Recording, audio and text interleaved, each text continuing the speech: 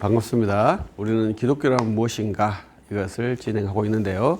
제가 이 스튜디오에서 무대에서 정상적인 기준에서 약간 이탈을 했습니다. 그래서 다시 정상적인 기준으로 돌아와서 8장의 복음이란 무엇인가 이 항목에서 다시 시작하도록 하겠습니다.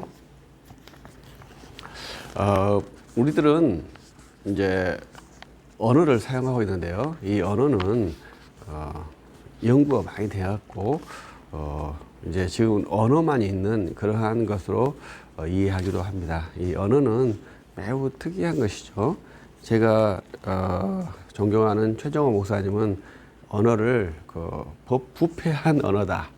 이 부패한 언어를 매개로 하나님의 거룩한 말씀이 전파된다. 이러한 아주 우리들의 복음 전파의 구조의 특이성을 그렇게 설명을 했습니다. 부패한 언어, 인간이 사용하는 언어는 부패했죠. 또 바벨탑으로 말미암아 언어의 혼잡이 있어서 이 언어로 말미암아 소통하는 것이 불가능하게 되었죠. 우리는 외국어이기 때문에 언어가 소통이 안 된다고 생각하지만 우리 대한민국에서도 계층 간, 세대 간 언어 소통이 불가능한 그러한 구조라고 봅니다. 우리 청소년들이 우리들을 위해서 언어를 순화시켜서 하기 때문에 소통이 되는 것이지 청소년들의 언어를 우리가 쉽게 이해하는 것이 어렵지 않나 이렇게 생각이 듭니다. 대한민국 말이지만 대한민국 사람들도 언어로 소통이 쉽지 않다 이렇게 볼 수 있겠죠. 그래서 이러한 것은 우리들의 죄의 부패성 때문에 그러는 것이죠. 그래서 우리들이 언어는 하나님께 주신 놀라운 그 인간에 주어진 특권이고 선물이죠. 왜냐하면 소통을 통해서 인격적 교제를 할 수 있도록 하는 놀라운 기제입니다. 그래서 사람은 본성적으로 살기도 하지만 또 인격적으로 사는 그러한 존재이죠. 그래서 언어는 인격을 표현하는 가장 효과적인 수단이고 최고의 수단입니다. 그래서 언어에 이제 그 사람의 인격이 있다 이렇게 볼 수 있겠죠. 그래서 우리가 본성도 매우 중요합니다. 그러나 우리들은 이제 인격을 훈련하는 그러한 종교이고 또 그러한 인생을 사는 것이 좋겠다 하는 바람입니다. 근데 그 언어를 우리들이 잘 활용할 수 있도록 부단하게 훈련하는 것이 저는 인생 훈련이고 그리스도인의 경건 훈련의 중요한 항목이라고 생각을 합니다. 그래서 그것은 잠언서에도 상당히 많이 나와 있죠. 가장 유력한 말은 때에 맞는 말이 은쟁반에 굴러가는 옥구슬 소리와 같다. 이렇게 말씀하시지 않습니까? 그래서 그 때에 맞는 말이 가장 중요하거든요. 그래서 이제 박힌 목같이 빠지지 않는 그러한 아주 강력한 말의 위력이 있습니다. 그것은 말의 위력이 있는 게 아니라 그 때에 말이 맞아야 되거든요. 그래서 그러한 것이 언어에 있고 우리는 그 언어를 구사하는 인간입니다. 그래서 우리들이 그 언어를 잘 구사할 수 있도록 해야 합니다. 이렇게 설명이 좀 장황한 것은 복음이라고 하는 언어가 우리들이 자주 사용하고 있지만 개념을 좀 피상적으로 생각하고 있다. 이러한 평가에 의해서 이렇게 말씀을 드리는 것이고요. 그래서 이 복음이란 무엇인가를 저는 이제 기독교의 기본으로 세우고 그것을 제 나름으로 개념화를 해서 이제 설명을 하고 공유를 하고 있습니다. 그래서 이번 시간에 우리들이 복음이 무엇이다 이런 것을 좀 더 구체적이고 확실하게 표현할 수 있는 능력이 있다. 그러면 이제 매우 좋겠다 하는 바람입니다.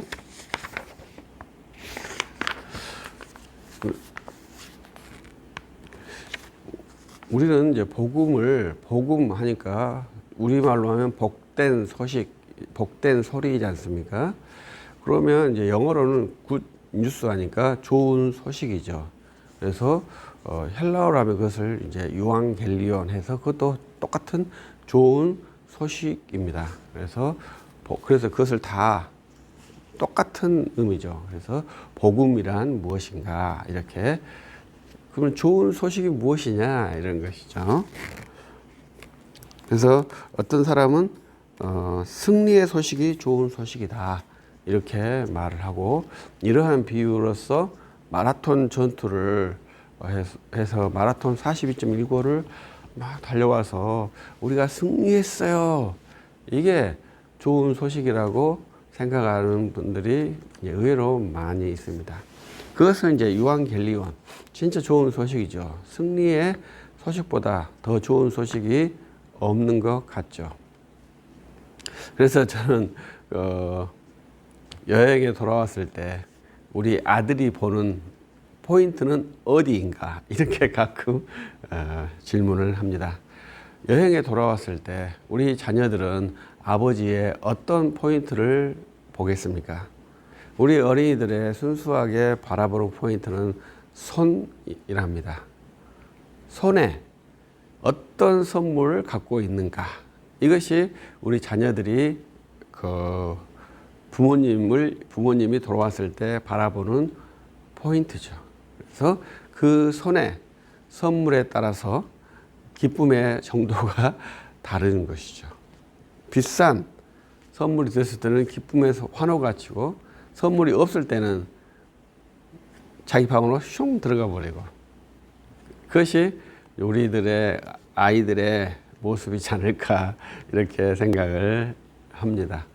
그래서 이제 우리들의 자녀들이 오랫동안 떨어졌던 아빠가 돌아왔을 때 그 손에 있는 선물이 아니라 그 아빠의 얼굴을 보고 기뻐할 수 있는 것이 참 감동적이지 않겠습니까?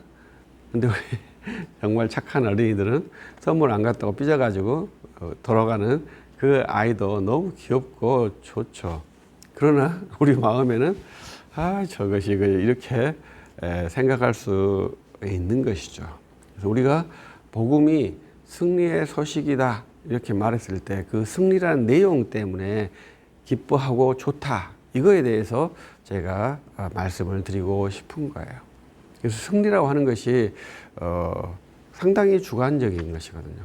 그래서 우리들이 그 승리라는 것을 어떻게 볼 것인가, 승리는 무엇일까, 이렇게 해서 이제 좀 더 확장시키면 십자가에서 주님이 승리하셨다, 이것이 우리들의 복음이다, 이렇게 설명하는 것이죠.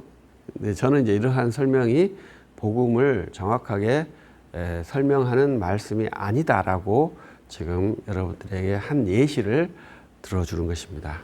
그래서 좋은 소식, 복된 소식, 이 복음이 복이니까 이 복음을 듣고 복 받으세요, 이렇게 설명하는 것도 상당히 부당하죠.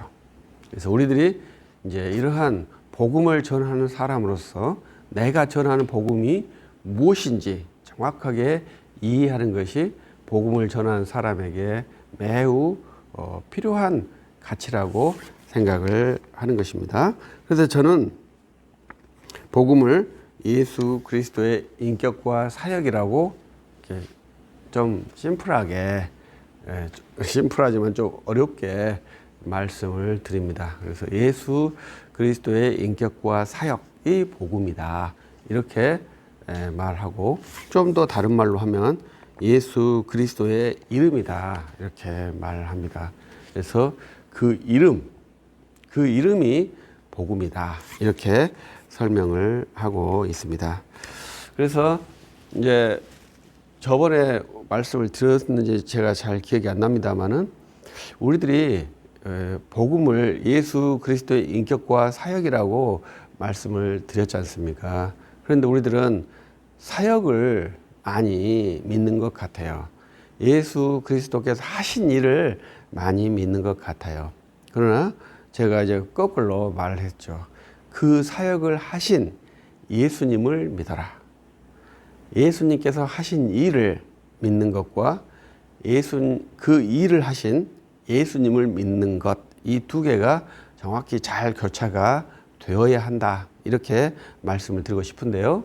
우리들이 의외로 예수님께서 하신 일에 너무 많이 집중이 되어 있지 않는가, 이러한 제 반성이 있어요. 그래서 그 일을 하신 예수님을 믿는 것을 좀 더 무게를 그쪽으로 옮겨서 훈련을 해보는 것이 우리들에게 깊은 영적 세계에 들어갈 수 있는 하나의 계기가 될 수 있겠다 하는 것이 현재 제가 갖고 있는 아주 복잡한 생각입니다. 그래서 저는 단순하게 복음을 예수 그리스도의 인격과 사역 이렇게 나눴는데요. 사역에 너무 많이 치우치다 보니까 인격에 조금 소홀하게 되어지지 않았는가, 이러한 생각이 있어서 이런 말씀을 드립니다. 인격이라고 하는 것은 그 일을 행하신 예수님, 사역이라고 하는 것은 예수님께서 하신 일, 똑같지 않습니까? 순서만 바뀌는 것이죠. 그래서 이 두 가지를 우리들이 잘 이해를 해야 되고, 우리들이 너무나 예수님께서 하신 일만 생각하게 되어지면 그것에 약간 문제가 있는 것 같아요. 그래서 제가 이제 쭉 공부를 하면서 느낀 것은 현재 이 책에는 없습니다만은 제가 느끼는 반성이, 우리가 진리를 사실로 믿는구나, 이러한 것입니다. 진리를 객관적인 사실로 믿는다. 진리를 절대적 가치로 믿는다. 이러한 제 반성이 있습니다. 저는 진리를 예수 그리스도라고 믿는 사람이거든요. 그래서 진리는 예수 그리스도를 믿어야 한다고 말씀드리고 싶고, 진리는 예수 그리스도라고 말씀을 드리고 싶어요. 그래서 진리를 사실로 생각했을 때 오는 것이 이제 과도한 황무나, 과도한 사색화, 과도한 체계화, 이러한 것으로 말씀을 드리고 싶어요. 진리는 예수 그리스도시기 때문에 지식이 아닌, 단순한 정보가 아닌, 사실이 아닌 그리스도의 인격에 있는 것이죠. 그리스도의 이름에 있는 것이죠. 그래서 우리들은 진리를 예수 그리스도를 믿는 것으로 훈련을 시키려고 저는 이제 계속 추구하는 그러한 사역자입니다. 그래서 너희 진리를 알지니 진리가 너희를 자유케 하리라, 이렇게 말씀하셨을 때 그 진리를 저는 객관적 사실로 보는 게 아니라 주 예수 그리스도의 인격으로 보려고 지금 여러분들에게 이 강의를 하고 있는 것이죠. 그래서 우리들이 진리라고 하는 것은 어떠한 사실의 내용을 파악하고 내 것으로 취합하는 그러한 훈련 과정이 아니고, 진리라고 하는 것은 그의 이름을 믿는 것으로 유도를 하고 있는 것이 지금 제가 여러분과 함께 훈련하고 있는 하나의 테마입니다. 그래서 진리가 무엇인가, 복음이 무엇인가 했을 때 절대 가치, 불변의 가치, 객관적 사실, 이렇게 가는 것이 아니라 예수 그리스도, 이렇게 가도록 지금 약간의 방향을 제안을 해주고 수정을 하고 있습니다. 그래서 복음이라 했을 때 예수 그리스도, 진리라 했을 때 예수 그리스도, 믿는다 했을 때 예수 그리스도, 이렇게 가주어야 우리들이 모든 것을 그리스도 중심적으로 우리들이 사고할 수 있고 이끌 수 있는 그러한 하나의 훈련이 될 것 같다 하는 것이 여러분께 제가 드리고 싶은 말씀이에요. 그래서 우리들이 복음 했을 때는 복되다, 소식이다, 언어에 주는 그 메시지를 보지 마시고, 복음 했을 때 즉각적으로 예수 그리스도 이렇게 오는 것이 좋겠다. 그래서 예수 그리스도의 인격, 예수 그리스도의 사역, 예수 그리스도의 인격은 이름입니다.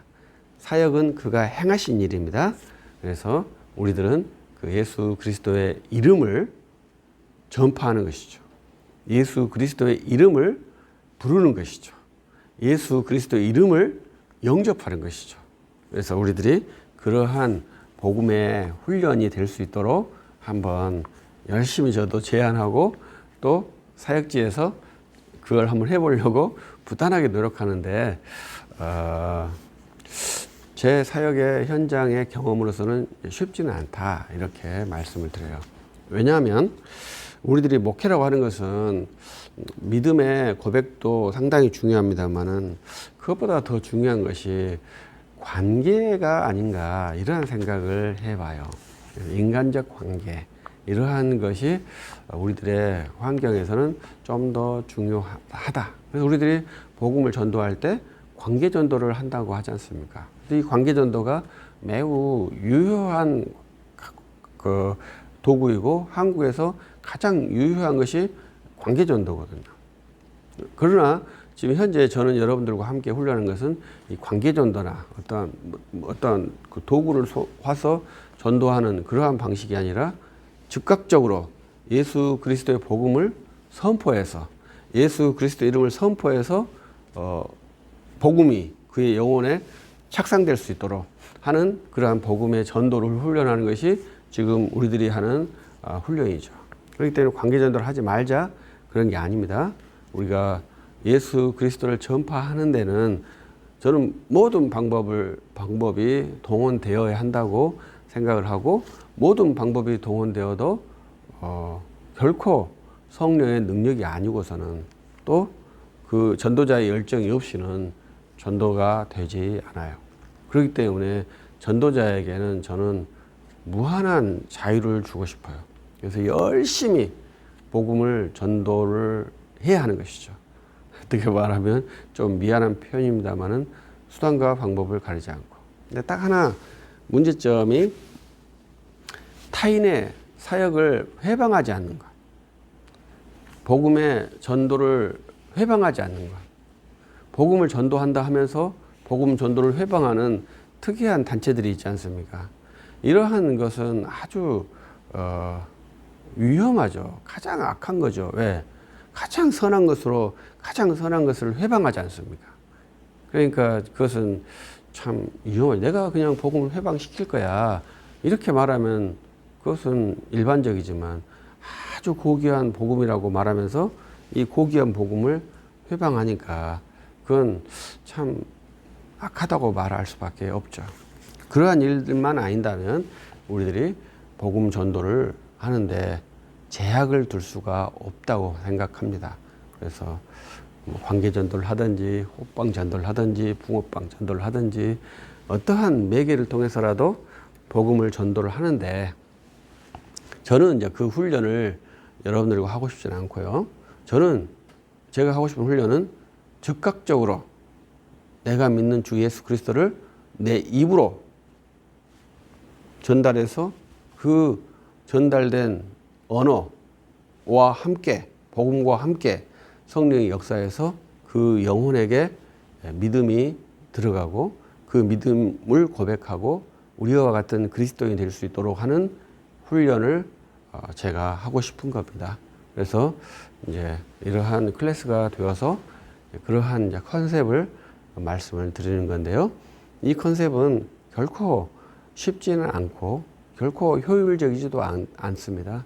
그러나 우리들이 이것이 가장 적요한 방법이고 이 방법으로 교회는 300년 박해 기간을 뚫고 세계의 종교가 되었다. 이렇게 말씀을 드리고 싶어요. 장기술을 써가지고 세계의 종교가 된 게 아닙니다. 장기술을 써서 교회를 유지시키는 게 아닙니다. 우리는 영원한 교회를 세워야 하는데 이 영원한 교회는 오직 예수 그리스도의 복음에만 있습니다. 그래서 우리 교회, 현재 교회는 영원하지 않죠. 그러나 우리가 전하는 복음은 영원하죠. 그래서 이 영원한 복음을 우리 교회가 간직하고 이 영원한 복음, 결코 변하지 않는 복음을 증거할 수 있는 그러한 그리스도인이 된다면 참 우리 믿음의 선진들처럼 우리 세례 요한의 고백처럼 나는 쇠하여지고 주님은 흥해야 한다. 사도 바울의 고백처럼 어찌 되었든지 주 예수 그리스도께서 전파되니 나는 기쁘고 기쁘다. 이러한 우리 선진들의 고백을 우리들도 할 수 있지 않을까. 이러한 조심스러운 생각을 해봅니다. 그래서 그것이 목사로서는 상당히 어려운 일이죠. 그래서 목사가 주님과 주님의 경륜과 대치될 때가 가끔 있어요. 그것이 참 가슴 아픈 일이죠. 왜냐하면 내 교회가 있고 저 교회가 있을 때 내 교회는 안 되고 저 교회가 잘 될 때 어떤 목사님들은 기뻐하라고 하는데 저는 개인적으로 인간적으로 주님이 기뻐하신 일이지 제가 기뻐할 일은 아니라고 생각합니다. 그래서 그것이 목사에게 주어진 아주 큰 사명이고 어떻게 보면 가치라고 생각을 해요. 그래서 이제 그거에 대한 하나의 여담을 제가 드리는데, 탈출구가 우리 대표적이신 분이 우리 요나 선지자가 그 일을 하셨죠. 요나 선지자께서 화가 나신 것은 왜 주의 나라인 이스라엘을 멸망시키면서 왜 이방인의 나라 니느웨는 회복시키느냐. 이게 요나 선지자의 아주 큰 불만이시거든요. 그래서 니느웨에다가 복음을 전하기 싫은 거예요. 하나님이 이스라엘을 멸망시킨다는데 니느웨를 회복시킨다 하니까 그 유쾌하지 않지 않습니까? 그래도 주님은 그 요나 선지자를 니느웨에 보내셔서 니느웨가 회개하도록 만드시죠. 그래도 요나 선지자는 끝까지 유쾌하게 주의 일을 하지 않는 것이 요나 선지자의 아주 재밌는 모습이고, 주님도 끝까지 요나 선지자를 포기하지 않고 사용하시는 것이 아주 특이한 모습입니다. 우리 전도자의 열정, 사역자의 열정은 아주 그러한 요나 선지자에게서 나타나는 그러한 매력적이고 위트도 있고 역동적인 그러한 모습이 가끔 있습니다. 그래서 우리들이 하나님의 절대 주권에 머리를 숙이는 그러한 주의 자녀이지만, 전도자로서 섰을 때 내가 품은 영혼들에 대해서 기도하고 그들을 섬길 때, 하나님의 외침이 있을 때, 우리 사도 바울도 내 영혼을 가져가십시오.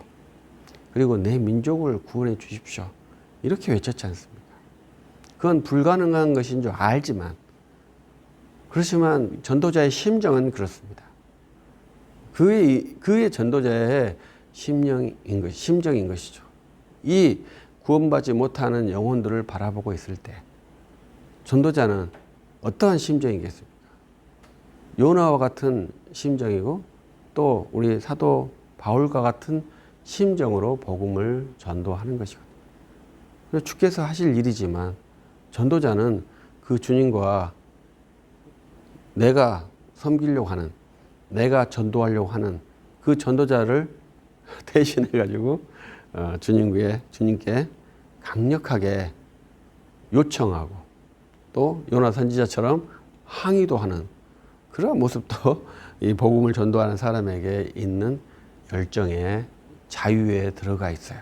그래서 복음을 전도하는 사람들에게는 어마어마한 모습을 갖게 되는 것입니다. 그래서 우리들이 이 복음을 할 때 상당히 재밌죠. 왜냐하면 우리는 하나님의 복음을 전가하는 사람이지 않습니까? 그렇기 때문에 인간의 일이 아니에요.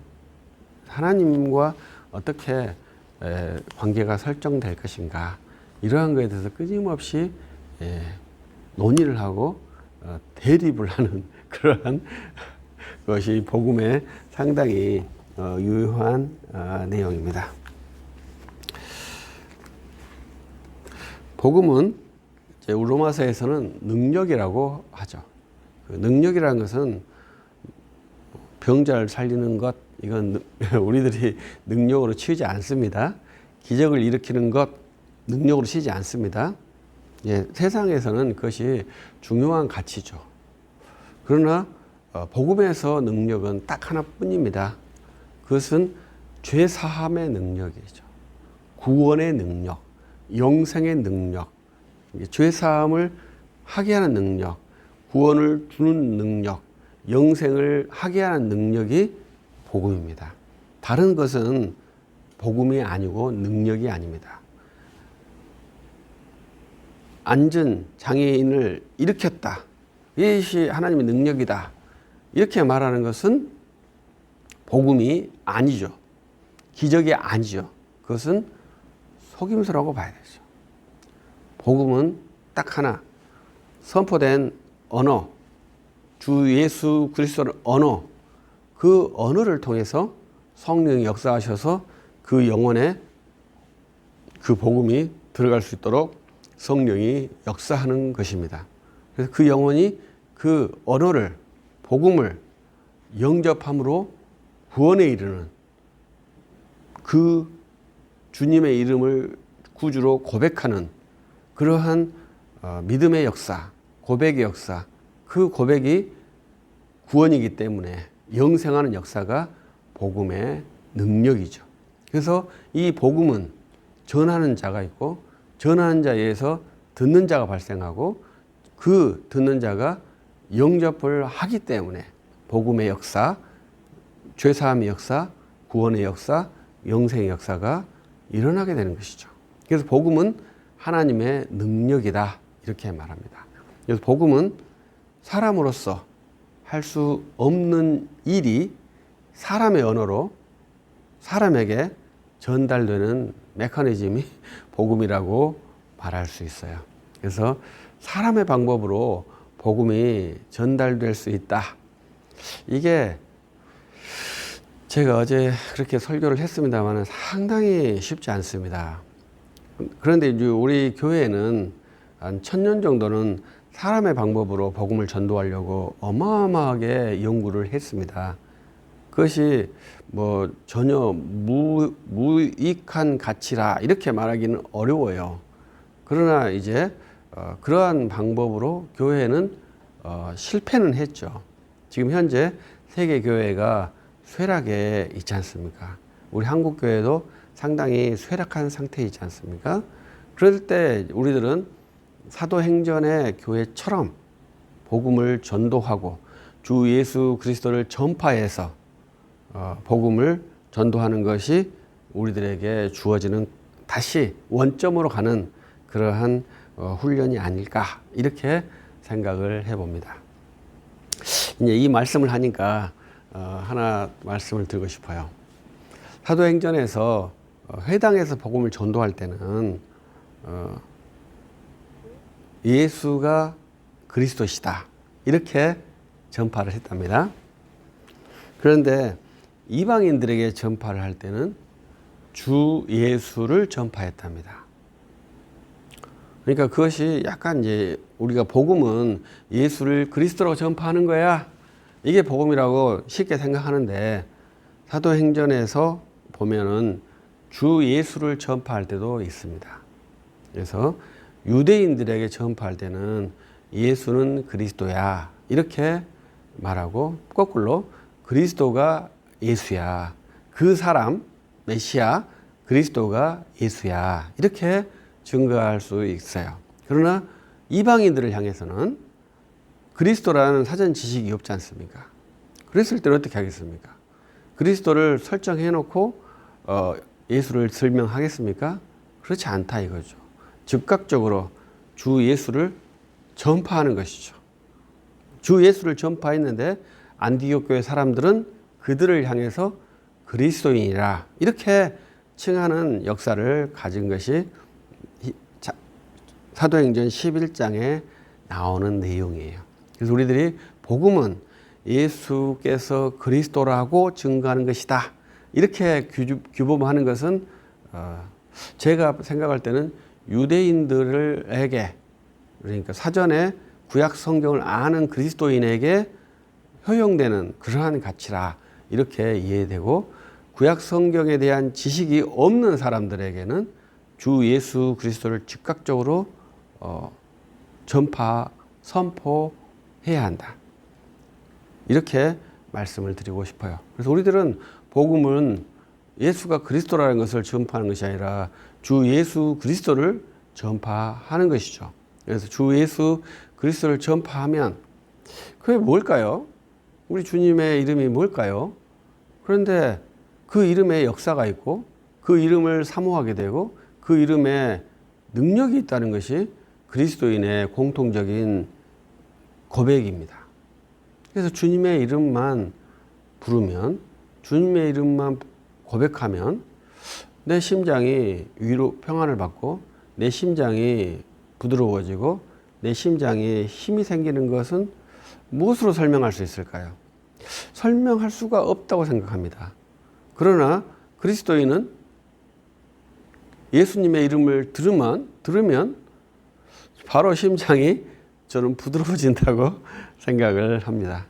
그 예수의 이름에는 피도 있고 그의 행적도 있고 모든 게 다 그 이름 속에 저는 있다고 생각을 해요. 그래서 그분의 이름만 들으면 그리스도인은 바로 항복할 준비가 되어 있고 항복하고 심장이 부드러워지는 그러한 역사가 일어난다. 이 역사가 처음 예수님의 이름을 모르는 그 사람에게 예수님의 이름이 들어갔을 때 우리와 동일한 성령의 역사가, 구원의 역사가, 하나님의 능력이 그 속에서 일어난다. 이것이 복음을 전달하는 것이라고 저는 생각을 해요. 그것이 뭐 얼마나 많이 일어나느냐, 이것은 중요하지 않죠. 이제 우리들이 선교할 때 중국에 선교할 때 허드스 선교사님입니까? 그 선교사님이 평생에서 몇 명을 전도했답니까? 몇 명 전도 못했어요. 그러나 그 선교사님의 그 사역에 근거해서 엄청난 선교단체가 지금 만들어져서 세계적인 선교단체가 만들어졌지 않습니까?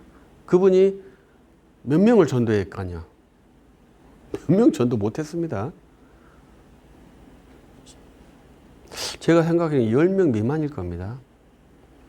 평생 전도했는데요. 평생에 한 명도 전도하지 못해도 그 전도의 결실을 맺지 못해도 주님이 역사하는 방식은 전혀 다릅니다. 주님은 우리 사람의 생각으로 하시는 분이 아니잖아요. 우리 사람의 생각은 내가 활동을 해서 많은 결실을 맺고 그러면 좋겠죠. 얼마나 좋겠습니까? 믿는 자가 막 생겨나는 걸 보면 진짜 주님보다 제가 더 기분이 좋을 수도 있을지 모르겠죠. 그런데 주님께서 그렇게 안 해주시에요. 참 감사하게도. 그러면 전도자가 그것 때문에 좌절하겠습니까? 그렇지 않습니다. 전도자는 끊임없이 복음을 전도합니다. 왜 그렇겠습니까? 저는 내가 그렇기 때문에 그렇다고 생각합니다. 내가 죄사함 받은 내가 그렇게 커요. 내가 그런 인간이 예수님을 믿었어요. 그 복음을 듣고 내가 믿었어요. 그렇기 때문에 내가 전도하는 복음을 듣고 전도의 역사가, 개종의 역사가 일어나지 않아도 낙담할 수가 없어요. 내가 그렇게 악독한 인간이었고 지금도 제가 천사입니까? 똑같은 인간이잖아요. 그런데도 불구하고 주의 은혜에 입은 자랍시고 복음을 전도하는 놀라운 일을 하지 않습니까? 보통 심장으로 감당하기 어려운 일입니다. 그래서 우리들이 이 하나님의 능력을 우리는 경험한 사람이죠. 우리 안에 하나님의 능력이 있는 사람이죠. 그래서 그 능력을 따라서 우리들이 또 복음을 전도를 합니다. 그래서 사도 바울이 로마서 1장 16절의 말씀에서는 당신은 복음을 부끄러워하지 않는다. 이렇게 말씀을 하셨지 않습니까? 좀 반대로 말하면 우리는 복음을 부끄러워한다. 이렇게 들을 수 있는 말씀이죠. 상당히 사도 바울이 우리들을 책망하는 말씀이고 저는 그 책망을 겸허히 받습니다. 그래서 복음을 부끄러워하지 않도록 부단하게 노력하는데 복음을 부끄러워하고 있다 이렇게 생각을 합니다. 그래서 제가 어느 교육을 하는데 그 친구가 물어봐요. 당신은 예수님을 전하라고 말하는데 당신은 예수님 어떻게 전합니까? 이렇게 물어봐요. 그래서 제가 저는 예수님을 전하지 않고 예수님을 전하는 사람을 훈련시키는 그러한 사람이라고 이렇게 변명을 했어요. 복음을 전도하는 것이 굉장히 어렵습니다. 그래서 이제 그거에서는 여러 가지의 능력이 필요하고 기술이 필요해요. 그래서 이제 그러한 이제 기술적인 면들도 잘 개발을 해줘야 됩니다. 그래서 이제 복음을 전도하는 그 사람을 대해야 되기 때문에 그러한 기술적인 면들이 많이 필요하죠. 그래서 단순하게 1초만 예수 믿으세요, 예수 믿으세요 이렇게 하는 것도 하나의 방법이고 전략이 되겠죠. 그러나 저는 이제 그러한 전략은 선호하지 않거든요. 조금 더 세밀하게 대면하고 조금 더 인격에 들어가서 그들을 살피고 섬기고 그래서 그 어떠한 모멘텀이 왔을 때 그리스도 이름을 전파해서 그가 예수 그리스도를 믿도록 하는 그러한 아주 좀 더 체계화된 전략이 필요하겠다. 저는 그렇게 생각하는데 그 사람을 대면하는 기술이 상당히 저한테는 좀 어려워요. 아직까지는. 그래서 많이 기도하고 많이 훈련을 하고 있어요.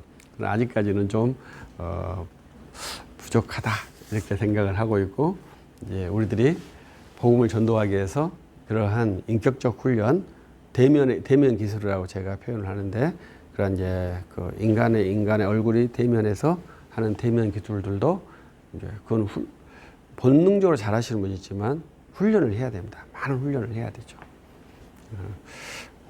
그렇게 해서 우리들이 복음을 전도하면 좋겠다 이렇게 생각을 하고요. 그래서 복음은 죄인을 의인으로 만드는 것입니다.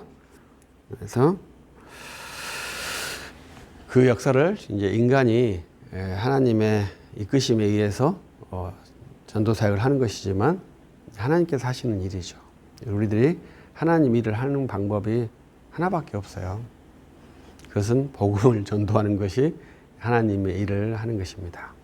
그래서 우리 교회사에서 신의 성품에 참여한다 이러한 말이 있는데요. 그래서 이제 그 신의 성품에 참여하기 때문에 내가 어떻게 신성화되는가 이러한 것에 대해서 많이 고민하고 또 묵상하기도 하고 이러한 훈련을 한답니다. 그러나 신성화의 기본은 복음을 전도하는 거예요. 그것이 신의 일에 참여하는 것입니다. 신성에 참여하는 것이 복음을 전도하는 것이죠. 왜? 내 입에서 신의 이름이 나오잖아요. 그것이 신성화에 아주 놀라운 것이죠. 내가 어떻게 신에게 들어가겠습니까? 우리는 신인 합의를 절대적으로 거부를 하거든요. 신성과 합의라는 것을 합일하는 것을 전혀 거부를 하거든요. 그러면 그 신성에 참여한다 이러한 베드로 사도의 말을 어떻게 이해해야 되겠습니까? 단순하게 생각하면 복음을 전도하는 것이죠. 왜? 하나님의 일을 하는 것이잖아요.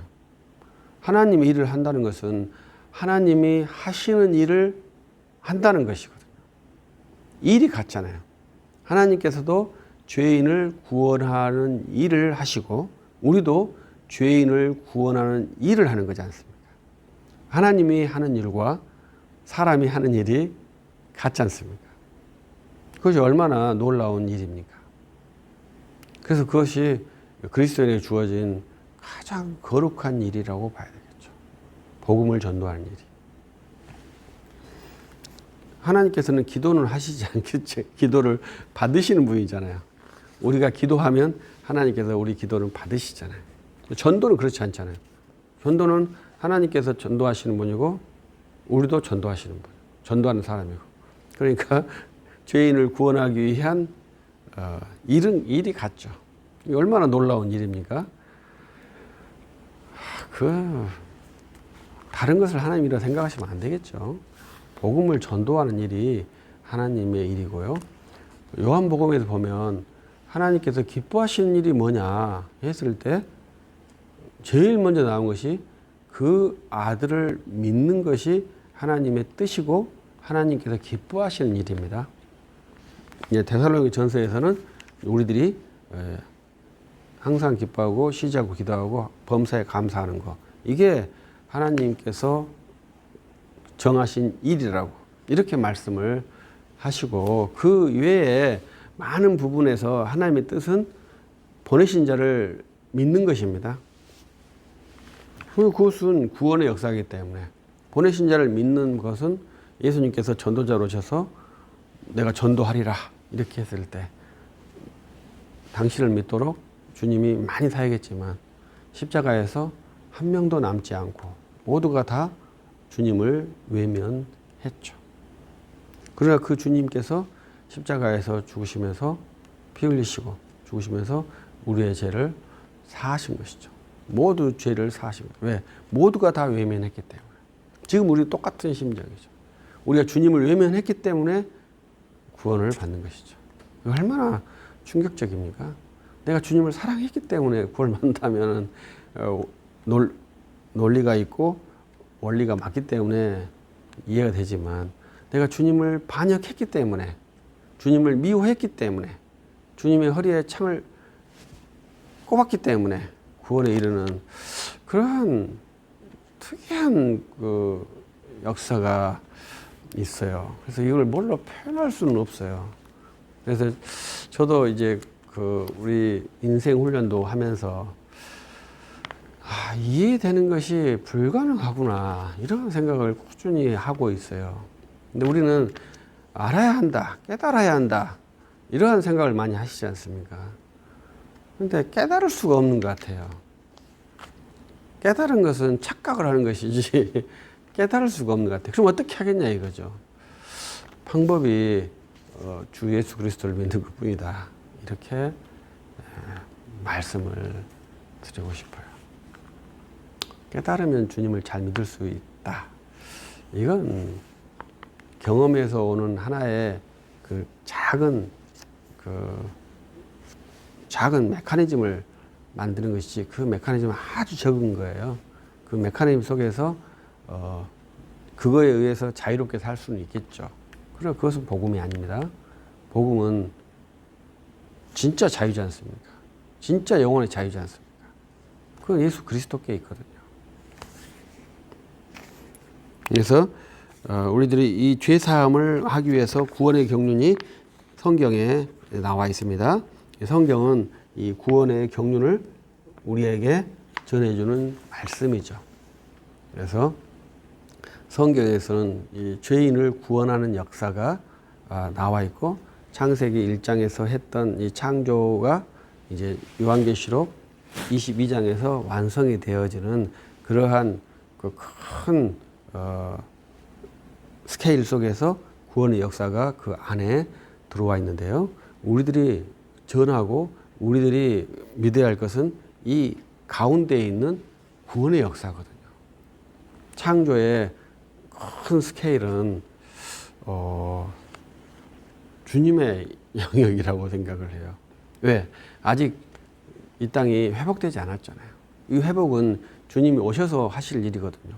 그래서 우리는 그 주님이 오실 때까지 최선을 다해서 주 예수 그리스도의 복음을 전파하고 교회를 세우는 일을 합니다. 그래서 성경에 있는 범죄에서부터 에덴의 회복까지, 우리 새 하늘과 새 땅이 올 그 시점까지 우리들이 부단하게 믿음의 경주, 복음을 전도하는 것이 우리의 일이지 않을까, 그렇게 생각하고 열심히 우리들이 복음을 전도해야 합니다. 그래서 거기에서는 모든 게 다 믿음의 역사거든요. 가장 재밌는 것은 가인과 아벨. 가인이 먼저 아버지에게 자기들의 행적을 들었지 않겠습니까? 그 다음에 두 번째 태어난 아벨도 아버지의 행적을 들었지 않겠습니까? 그런데 가인은 동생을 죽이는 일을 했고, 아벨은 형에게 죽임을 당해도 그 믿음을 포기하지 않았고요. 지금 가인의 후손도 없고 아벨의 후손도 없습니다. 우리 모두 다 노아의 후손입니다.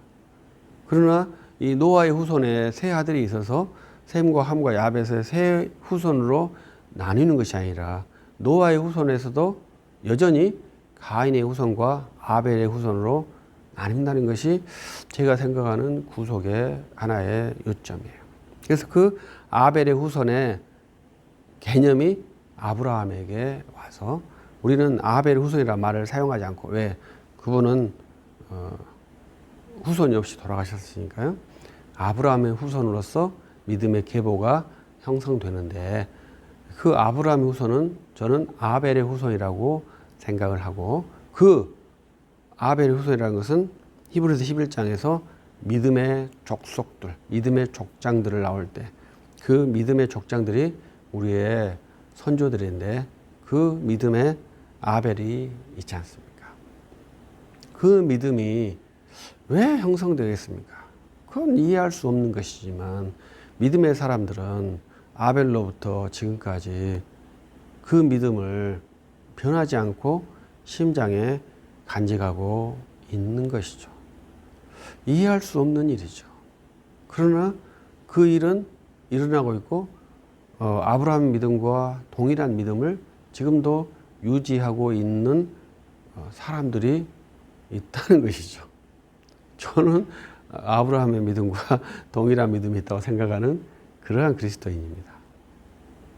톰 라이트라는 신학자가 아브라함의 언약을 강조하죠. 그 양반은 아브라함의 언약을 강조하죠. 저는 아브라함의 믿음을 강조합니다. 그래서 아브라함이 믿은 그 하나님을 저는 나의 주님으로 믿는 사람입니다. 그래서 우리들이 성경에서 나오는 모든 믿음의 역사, 우리의 믿음의 조상 다윗이 믿었던 그 하나님이 나의 하나님이라고 믿습니다. 이게 저는 복음의 일이라고 생각하고, 그들이 불렀던 그 하나님의 이름이 곧 예수라고 저는 믿습니다. 그런데 다윗이 예수님을 부르셨을까요? 못 불렀겠죠. 왜? 그때는 예수님이 계시지 않으셨으니까요. 그런데 다윗이 불렀던 하나님의 이름을, 모세가 받았던 하나님의 이름을 잊어버렸지 않습니까? 누구도 그 이름을 부를 수가 없어요. 그래서 요엘 선지자에서는, 우리 성경에는 여호와 이름을 부르면 구원을 얻는다고 이렇게 번역이 되어 있지만, 그 여호와라는 음가가 불확실하지 않습니까? 그래서 야훼라고도 말하기도 하는데 그건 추정이지 절대 가치가 아니거든요. 그래서 구약 성경에서는 구원을 얻을 수 있는 방편이 없어요. 이름을 모르니까. 신약 성경에서는 명확하지 않습니까? 예수란 이름을 부르면 구원을 얻는다고 말씀을 하지 않습니까? 그래서 우리들은, 제가 담대하게 다윗이 불렀던 그 하나님의 이름은 예수라, 이렇게 담대하게 말씀을 드리고, 아브라함이 불렀던, 아브라함이 보았던 그분이 내가 믿는 주 예수라, 나는 그 주 예수 그리스도의 복음을 전파하는 전도자이고 그 주 예수 그리스도 이름으로 사역하는 사역자라, 이렇게 말씀을 드리고 싶어요. 그것이 성경의 구속의 역사입니다. 그분이 이 땅에 오셔서 성육신 하시고, 이 땅에 오셔서 고난받으시고, 십자가에서 못 박혀 죽으시고, 3일 만에 부활하시고 승천하셔서 오순절에 성령을 보내심으로 교회를 이루신 것이죠. 그 교회가 현재 우리의 교회이고, 이 성령으로 세워진 이 교회가 다시 세워지는 방식은 복음을 전도함으로 교회가 세워집니다. 다른 방식으로 교회가 세워지는 것이 아닙니다.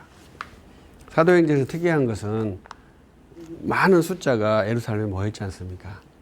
6장에서 헬라파 과부와 유대파 과부의 그 공개 문제가 잘못돼 가지고 소동이 일어나서 집사를 세워서 또 이제 기도와 말씀 전을 전무하게 하면서 또 교회가 흥황했잖아요. 그런데 예루살렘 교회에 큰 혼란이 있어서 그 성도들이 또 다 흩어지잖아요. 흩어졌는데 어떤 현상이 발생했습니까? 흩어진 데서 똑같이 예수를 전파하니까 흩어진 데서 교회가 마구마구 생겨나니까 그때부터는 어디에 교회가 있는지 트랙이 안 잡히는 거죠. 그러나 우리 사도행전 보면은 안디옥 교회와 예루살렘 교회 두 개의 흔적을 가지고 우리들이 교회 역사를 구성을 하고 있는데요. 흩어진 교회들의 많은 처소들의 교회가 생겼을 것인데 그러한 기록들을 남겨놓지는 않고 있죠. 그런 것은 예수 그리스도를 영접한 자들은 편안하게 예수를 믿어도 예수님을 증거하고요. 고난받고 흩어져도 예수 그리스도를 증거하는 것이 사도행전에 나타나는 역사입니다. 우리들이 주 예수 그리스도를 전파하는 것이 그리스도인에게는 아주 중요한 가치고 나타나는 현상이죠. 그래서 우리 책에 있는 내용은 아닙니다만 선한 일이 뭐냐 이렇게 선한 일 우리 디모데후서 3장 16절에도 성경을 읽어서 너희가 선한 일을 하도록 하겠다 이렇게 하지 않습니까? 착하다, 선하다 이런 거잖아요. 그럼 선한 일이 뭐겠습니까? 저는 예수 그리스도를 전파하는 것이 선한 일이라고 생각을 하는 사람입니다.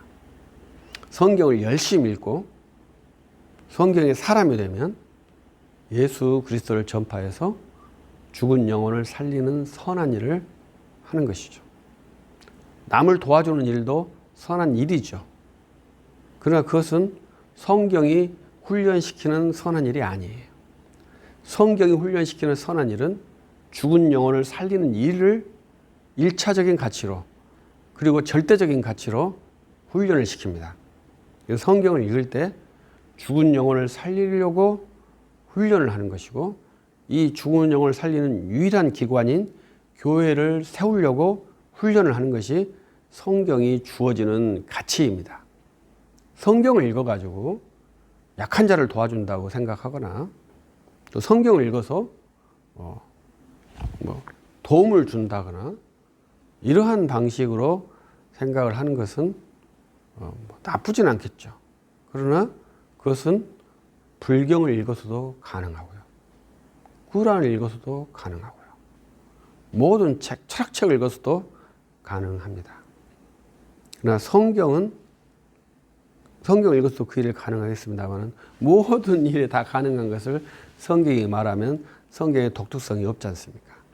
성경이 갖고 있는 독특성은 죄인을 구원하는 복음, 죄인을 구원하는 능력을 선한 일이라고 말합니다. 그것을 잘 이해해야 됩니다.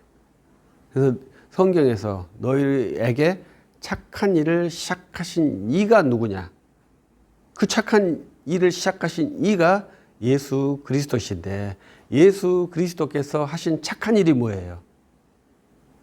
우리를 위해서 십자가에 피 흘려 죽으신 일이시잖아요. 십자가에서 피 흘려서 약한 사람 도와주려고 십자가에 피 흘려 죽으신 게 아니잖아요. 죄인을 구원하시려고 십자가에 피 흘려 죽으셨지 않습니까? 그래서 우리들의 선한 일, 착한 일은 죄인에게 복음을 증거하는 일이 선한 일이죠. 우리의 주신 성경은 이 죄인을 구원한 복음을 갖고 있는 유일한 말씀이 성경이죠.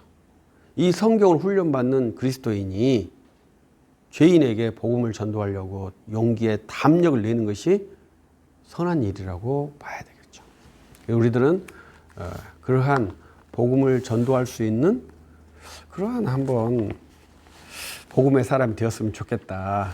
이렇게 좋은 소식을 전하지 마시고 죄인이 구원할 수 있는 소식을 전을 해야 되는데 죄인을 구원할 수 있는 소식이 복잡한 게 아니라 예수의 이름에 있다는 것이죠. 참 특이한 것이다 이 말이죠. 뭐라고 말을 해야 될까요? 그건 이해할 수 없는 일이지만 주님이 그렇게 하신다는데 우리가 항의할 수는 없죠. 주님의 말씀에 순종하는 것밖에 없죠. 주님이 그렇게 하시겠다지 않습니까? 그래서 너가 평생 한 영혼도 구원하지 못할지라도 주님의 말씀에 순종해서 살면은 그게 복된 일이 아닐까요? 내가 주님의 종이라고 하면서 평생 주님께 순종하지 않고 세상에서 인기 있고 또 내 마음대로 살면서 세상에서 뭐 질타를 받고 그렇게 사는 것이 주님의 백성일까요? 아니라고 생각하시죠. 그런데 그런 일이 많지 않습니까? 그런 일이 의외로 있습니다. 그러나 우리 그리스도인들은 그리스도인의 사역자들은 그리스도의 사역자들은 세상과 관계가 없이 세상에서 빛이 없더라도 끊임없이 주님을 믿고 주님께서 나에게 부여해 주신 일을 수행하는 것이죠. 주님께서 그 십자가 지고 가실 때 모든 사람이 비난했지 않습니까? 주님께서 십자가 지고 가실 때 좀 입에 담기 민망하지만 나체로 십자가를 지셨지 않습니까? 근데 우리가 고난받는 사역을 할 때 나체로 하는 건 아니지 않습니까? 예수님처럼 한다는 말을 저는 안 쓰거든요. 주님께서 얼마나 우리에게 호의를 많이 베풀어 주셔서 주님처럼 하지 않는 상태에 고난을 받게 해주셨어요. 그래서 우리들이 정말 기쁨을 가지고 주님을 섬길 수 있게끔 해주셨습니다. 그래서 복음은 인간의 산물이 아니기 때문에 인간의 이성으로 이해할 수가 없고 또 인간의 이성으로 이해할 수 없기 때문에 인간의 합리적 방식으로 복음을 전도하는 것이 좋지는 않죠. 그렇지만 또 우리들이 그러한 전략을 짜서 복음을 전도하는 것도 피하면 안 되죠. 우리들이 힘써 복음을 전도한다는 것이 아주 중요한 원리다. 이렇게 생각해 주시면 좋겠어요. 그래서 의료봉사도 하고 미용봉사도 하고 뭐 이게 다 하는데 원리가 있어야 돼요. 원리가. 그래서 우리들이 그러한 원리들을 잘 파악한다면 매우 좋겠습니다. 그래서 복음을 전도할 때 성령이 역사하죠. 성령이 자의적으로 역사한다는 것은 좀 좋지 않습니다. 또 성령을 내가 이끌어서 성령을 운행하게 한다는 것도 매우 위험하죠. 성령을 내가 이렇게 마음대로 움직일 수 없잖아요. 성령이 오라고 말하는 것도 안 좋잖아요. 그러나 복음이 전파되면 성령이 어느 때인가는 역사에서 그 사람이 예수님을 믿는다는 것이죠. 그게 얼마나 놀라운 일입니까? 그래서 복음을 전하는 것 자체가 성령의 능력이에요. 그래서 성령은 복음 전파에 있고 예수 그리스도를 전파하는 데 있고 예수 그리스도를 아는데 성령이 역사를 합니다. 그래서 성령이 역사했을 때 예수 그리스도가 나타나는 것이 성령이 역사하는 것이죠. 그래서 성령은 예수 그리스도의 영이라고 그래요. 예수 그리스도가 나타날 때 성령이 역사하는 거니까요. 성령이 일했는데 성령이 나타나는 것은 성경에 그러한 용례는 없습니다. 성경에 그러한 말씀이 없어요.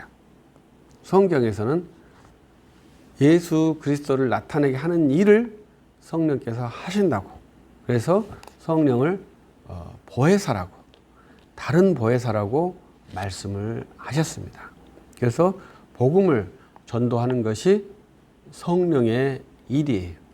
그러면 복음을 많이 전도하는 것이 성령이 충만한 것이죠.